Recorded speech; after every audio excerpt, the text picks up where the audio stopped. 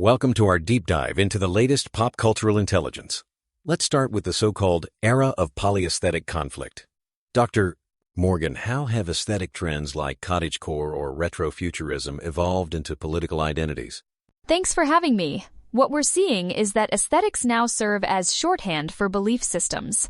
For example, Gorpcore's utilitarian style often signals climate consciousness, while retrofuturism can be a subtle critique of surveillance or nostalgia for lost optimism. Much like fashion in the 1960s, today's visual cues act as miniature manifestos. That's fascinating. But with so many styles coexisting, is there evidence that these aesthetics actually influence political behavior, or is it mostly surface-level performance? Recent research suggests it's more than just surface.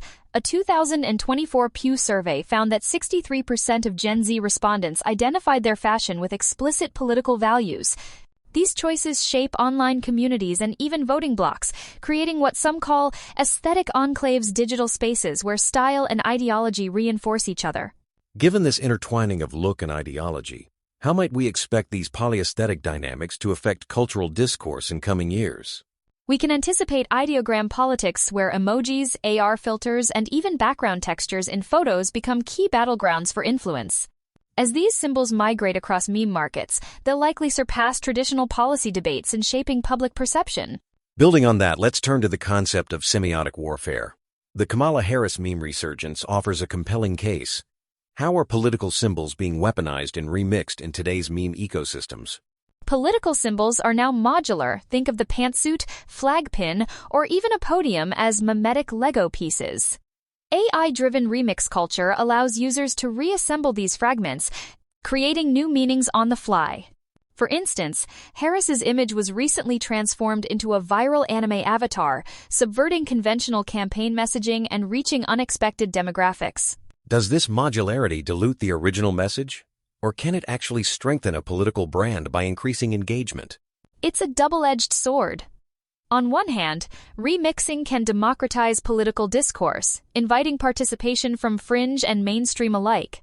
On the other, it risks fragmenting the message. What starts as satire might morph into propaganda or misinformation. This fluidity makes memes both powerful and unpredictable tools. Given these dynamics, how should political communicators adapt?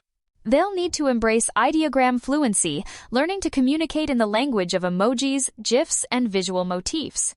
We're already seeing campaign teams hire meme strategists to monitor and intervene in these fast-evolving symbolic markets. Shifting gears, let's examine how different platforms shape ideological discourse. How do TikTok and Threads, for example, create separate moral universes through their platform logic? Each platform's algorithm optimizes for different behaviors. TikTok's rapid-fire, punchy content compresses discourse, favoring populist slogans and visual gags, what some call punchline populism. Threads, with slower threaded conversations, allows more conspiratorial or nuanced debates to flourish. This divergence creates ideological drift, as users are subtly nudged toward different worldviews depending on their digital habitat. So, are we witnessing the rise of platform politicians, figures who adapt their ideology to fit each ecosystem's logic? Absolutely.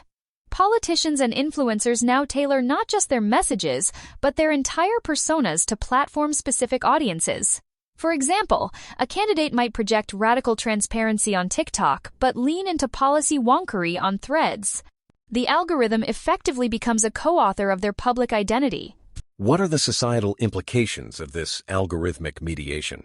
Over time, this could erode shared reality as different cohorts receive tailored, sometimes contradictory, ideological content.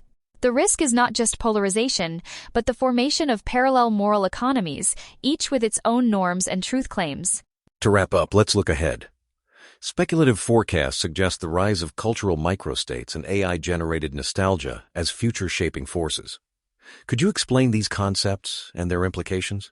Certainly. Cultural microstates refer to autonomous communities. Think online fandoms or DAOs governed by aesthetic alignment rather than geography.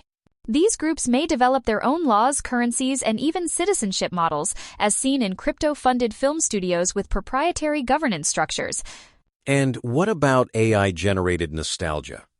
How does synthetic memory influence public sentiment or collective identity?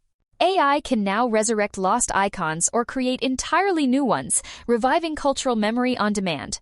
For example, synthetic pop stars designed to evoke 2000s nostalgia can steer collective mood or even political sentiment, acting as emotional anchors in times of uncertainty. Are there risks associated with these developments, say, in terms of regulation or social cohesion? Absolutely.